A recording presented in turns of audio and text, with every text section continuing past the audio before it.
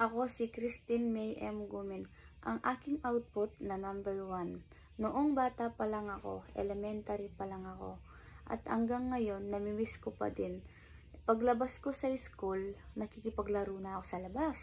Nakikipagabulan, patintero, piko. Yan ang aking madalas na nilalaro. Lalo na, paglabas ko sa school, BE agad. Tapos, makikipaglaro na ako. Siyempre, iipunin ko na yung mga bata. Dadalhin ko sila sa amin. Tapos, sasabihin ko sa mama ko, magluluto siya ng merienda namin para may pang food trip kami. May kakainin kami habang naglalaro kami. And, mahilig ako magkalat noon kasi bata pa lang ako eh. Mahilig ako sa kalat and lalo na yung mga kaibigan ko, dinadala ko sila sa bahay namin.